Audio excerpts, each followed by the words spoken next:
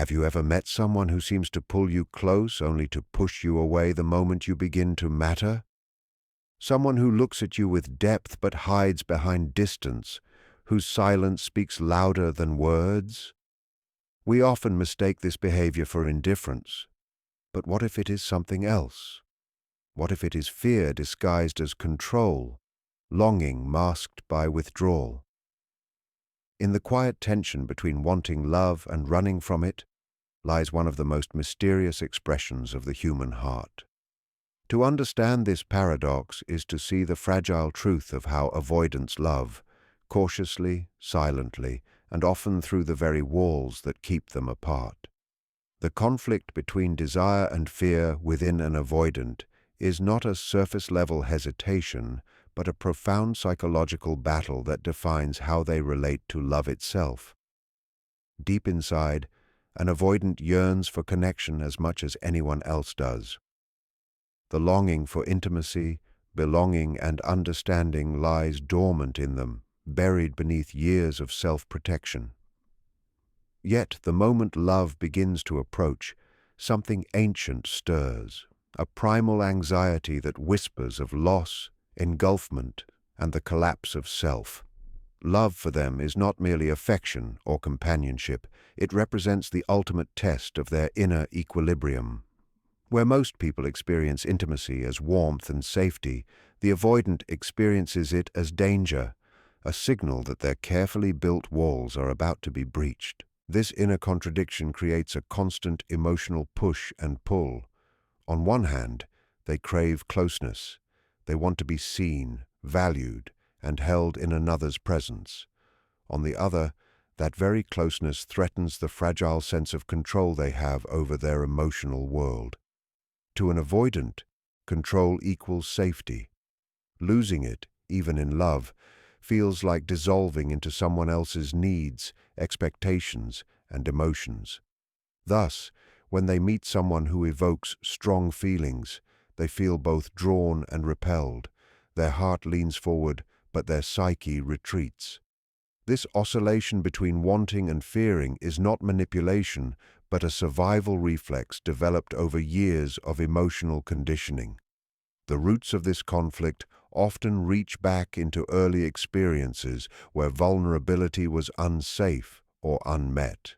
When a child learns that expressing needs results in disappointment or rejection, the mind adapts by suppressing the need itself. Intimacy becomes equated with exposure and exposure with pain. As adults, this conditioning transforms into the avoidance paradox. They desire deep love yet equate it with losing themselves. They unconsciously associate emotional closeness with past wounds, expecting love to lead to the same outcome it once did: abandonment, rejection, or suffocation. In relationships, this internal battle manifests through subtle behaviors. When an avoidant feels too close to someone, they might begin to withdraw, criticize, or emotionally detach. This is not because they no longer care, but because their system is overwhelmed by the proximity. Their instinct is to restore distance so they can breathe again.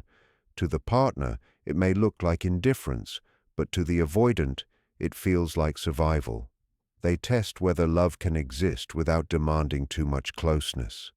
They search for reassurance that they can be loved without losing autonomy. The tragedy of this pattern is that it creates the very distance they fear. The avoidance attempts to protect themselves often push away the very person who could help them heal. Yet the cycle continues, because the mind of the avoidant cannot easily distinguish between love and threat. When someone tries to get closer, it activates buried fears of engulfment, the terror of being consumed by another's emotional world. To them, love can feel like drowning in expectations they never agreed to meet. The more intense the connection becomes, the more they fear disappearing within it. This is why their affection often shows up in contradictory ways. They might express interest and then retreat, offer vulnerability and then close off. Their love is both genuine and defensive, a delicate balance between approach and avoidance. They test not to play games, but to find safety, to see if the person they care about can handle their inconsistencies without judgment. Each step toward intimacy feels like stepping closer to a fire that both warms and burns.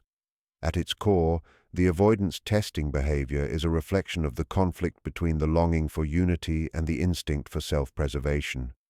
They want to merge yet remain whole, to love yet not dissolve, to be understood without being exposed. This tension shapes how they move through love's terrain, always half in and half out, waiting for someone who can see their retreat not as rejection, but as fear, and who can stay steady enough for them to trust that closeness will not destroy them. Projection and emotional distance form the invisible armor of the avoidant personality, a defense mechanism so subtle that even they rarely notice it operating.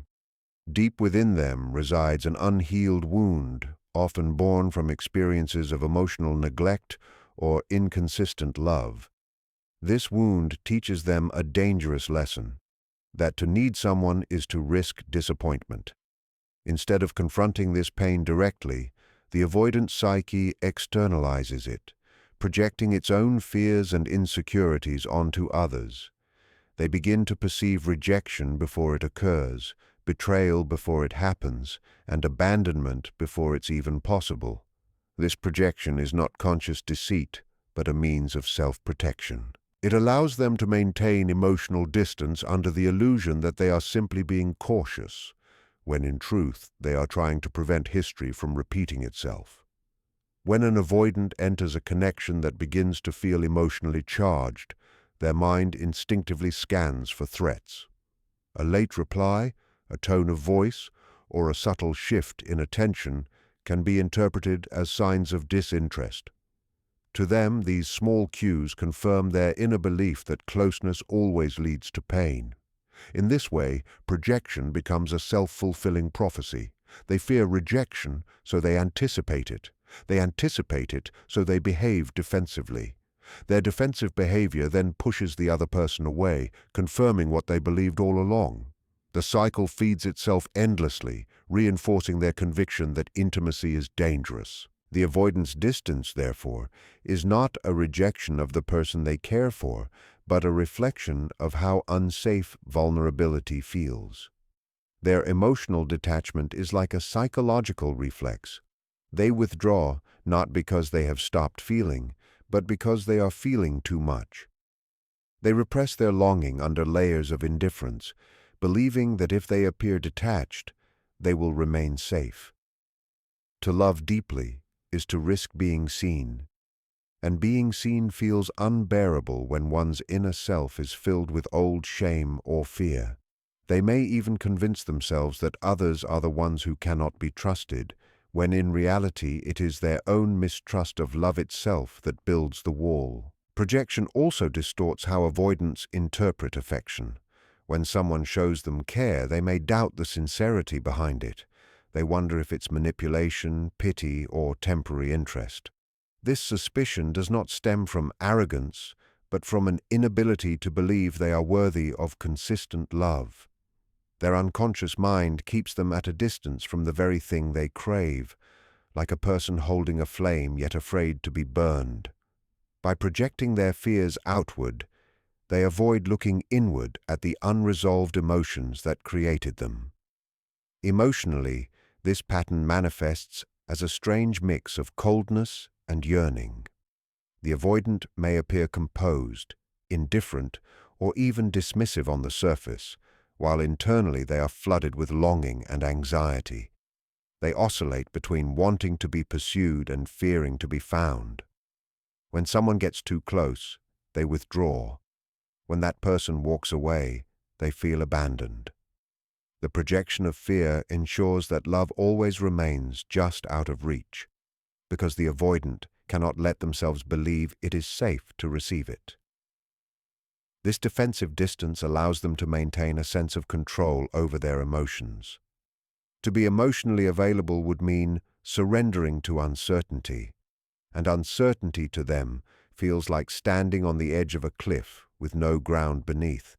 So they intellectualize their emotions, rationalize their detachment, and convince themselves that they simply prefer solitude.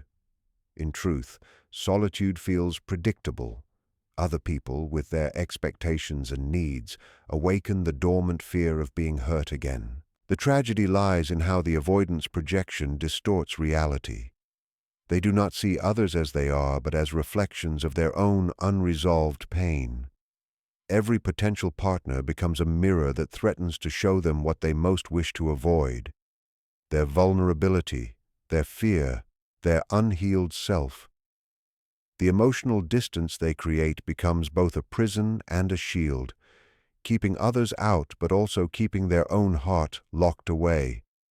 They long to connect, but are trapped by the very defenses built to keep them safe. When an avoidant withdraws or becomes cold, it is rarely a sign of indifference. It is a deeply ingrained defense mechanism that serves as both test and protection. Withdrawal for them is not a conscious manipulation. It is an instinctive response to the rising tide of vulnerability that intimacy evokes. The closer someone gets to their emotional core, the more their mind signals danger. Love awakens feelings they have long suppressed, and with those feelings come fears of loss, dependence, and emotional exposure. So they step back, not to punish the person they care for, but to regain control over the overwhelming sense of being seen too deeply.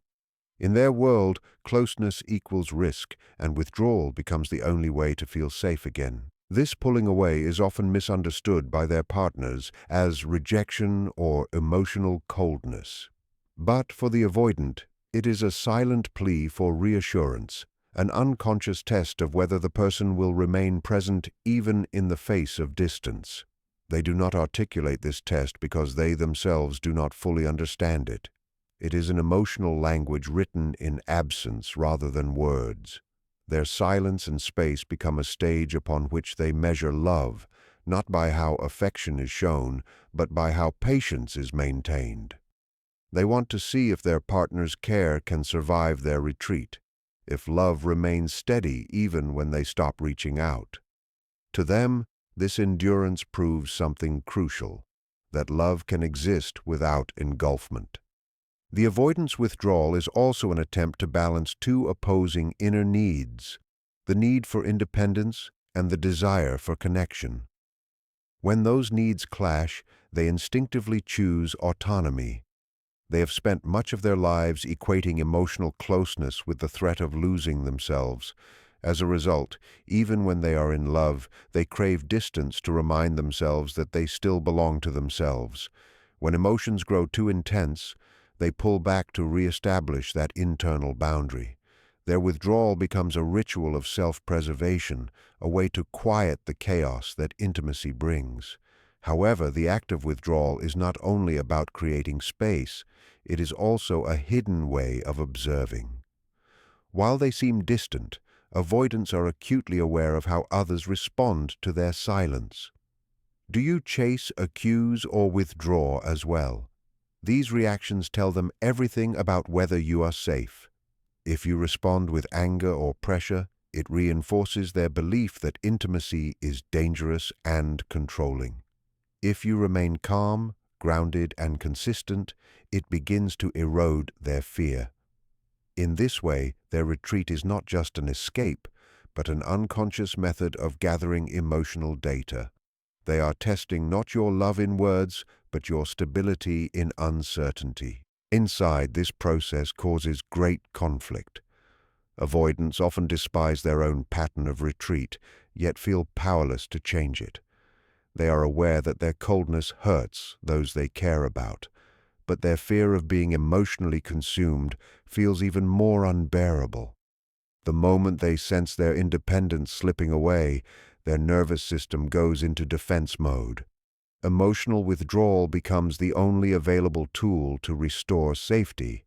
They do not realize that this very act deepens their loneliness, feeding the cycle they long to escape. When they withdraw, they are not testing to manipulate, they are testing to survive.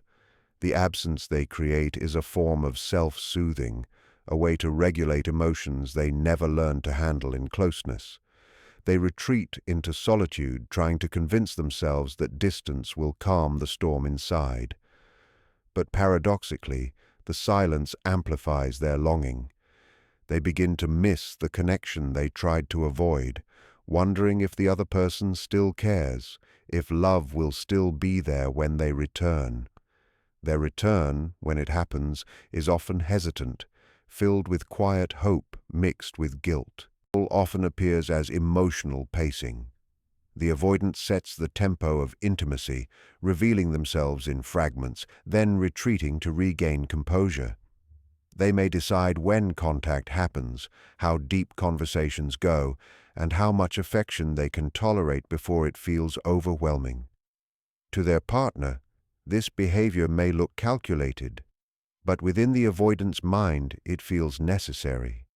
They have learned that unpredictability in love is dangerous. When love once arrived with rejection or inconsistency, the psyche adapts by becoming the one who decides when and how connection occurs. It is a way of rewriting the past. If they can control closeness, they can never again be caught off guard by loss. Control also manifests in how they manage emotional disclosure. Avoidants rarely reveal their true feelings all at once.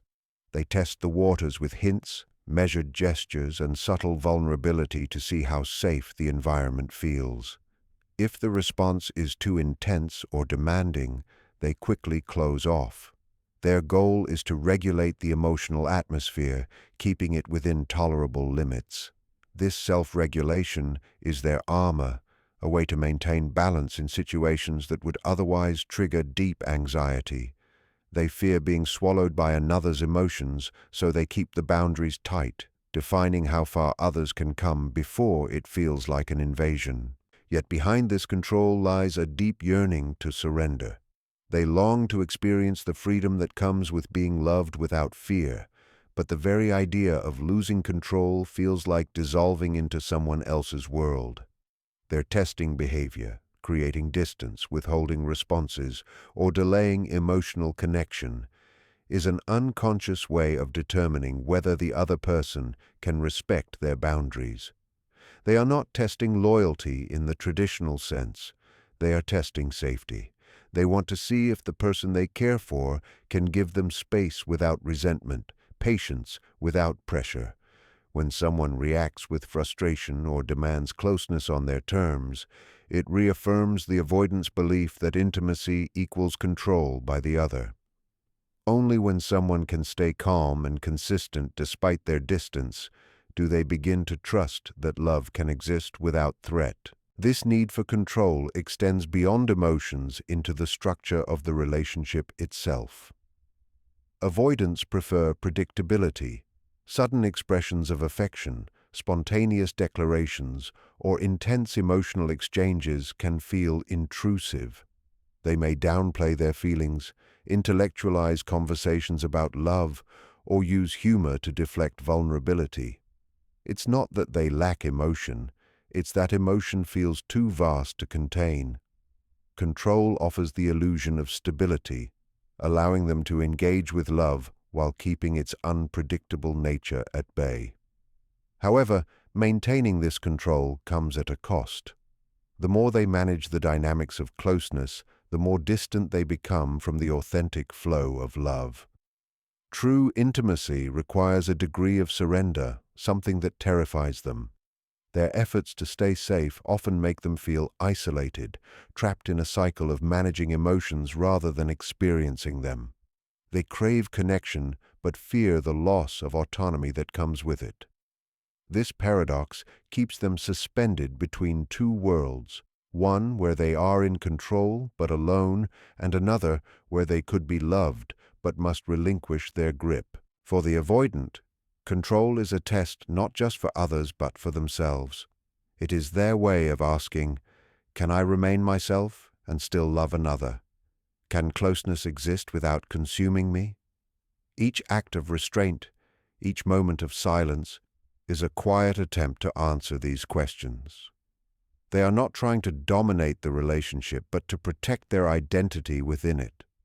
Love, to them, must be something that does not demand surrender of the self, something that allows them to be free even while they are held. Control is how they seek to build that balance, a way to stay in love without being undone by it. The silent search for authenticity is at the heart of every avoidance emotional struggle. Beneath their guarded demeanor and carefully maintained distance lies a deep desire to find something real, something that transcends the patterns of fear and control that have governed their relationships. They do not seek perfection or passion alone. They seek truth, a connection that feels grounded and safe enough to expose the raw, unfiltered parts of themselves.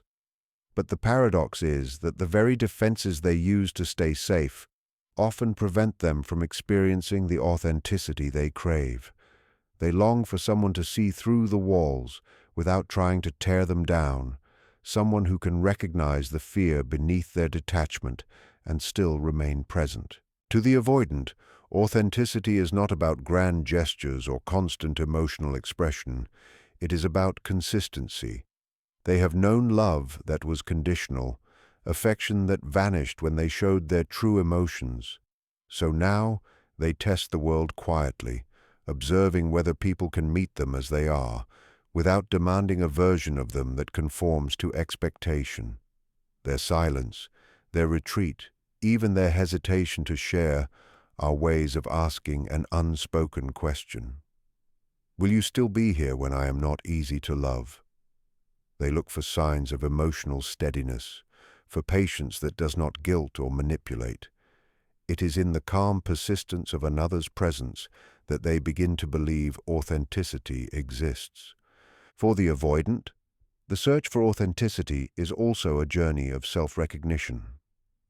They have spent much of their lives performing the role of strength, independence, and emotional control.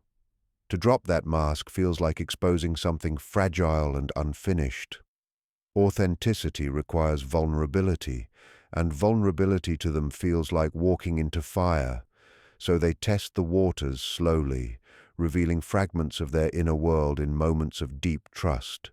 A simple confession, a rare emotional admission, or a softening of tone. These are milestones in their search for real connection.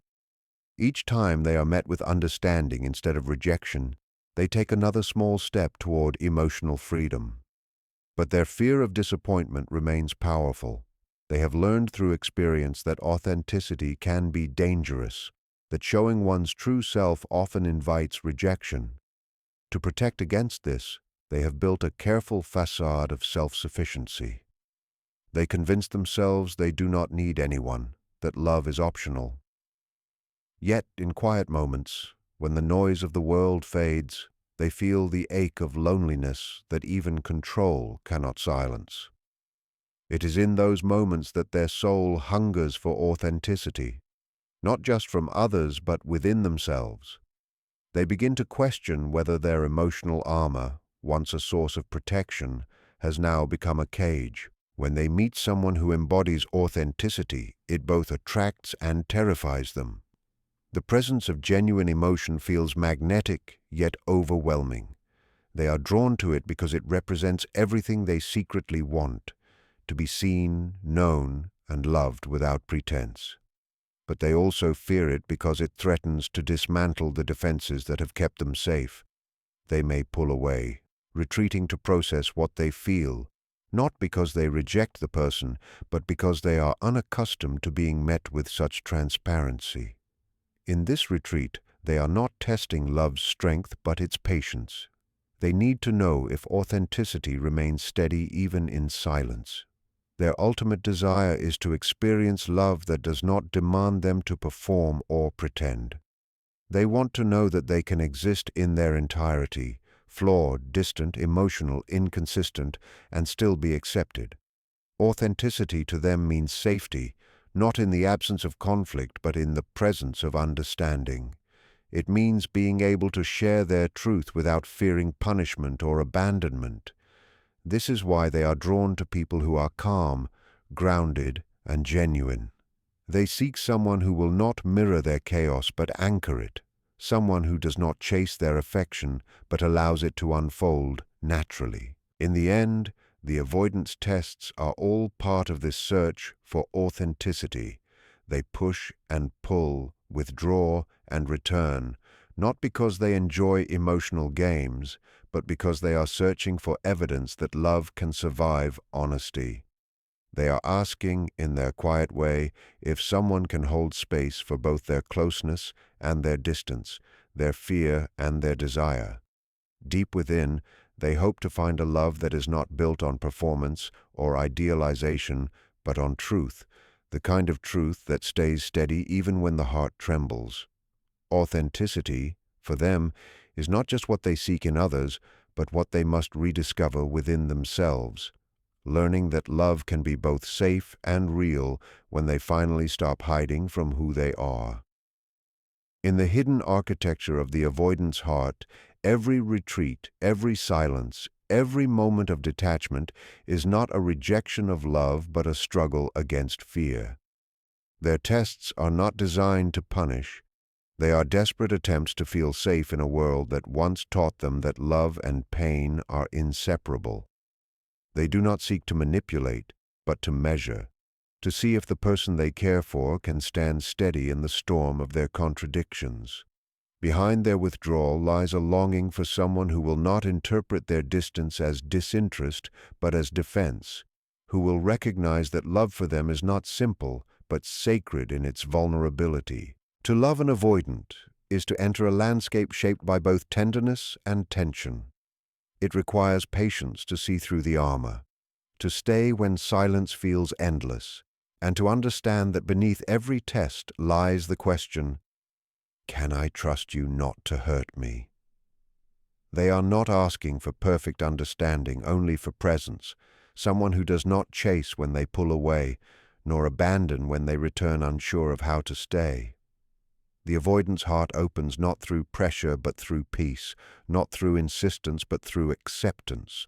They need to feel that love can coexist with freedom, that intimacy does not mean surrendering their sense of self. In truth, the avoidance tests are mirrors reflecting the universal human fear of being seen and rejected.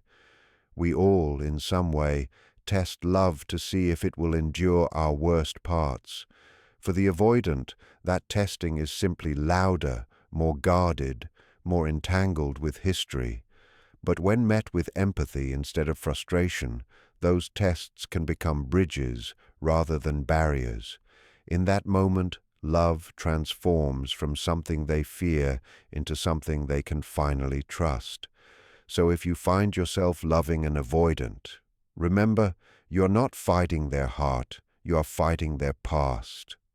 What they seek is not proof of your perfection, but proof of your steadiness. They will test you, not because they doubt your love, but because they doubt love itself. Pass those tests not with effort, but with understanding. Because once they realize that your presence will not demand their surrender, but honor their freedom, you will witness something rare. The quiet unfolding of a heart that has long feared to be seen, and the beginning of a love that is finally brave enough to stay.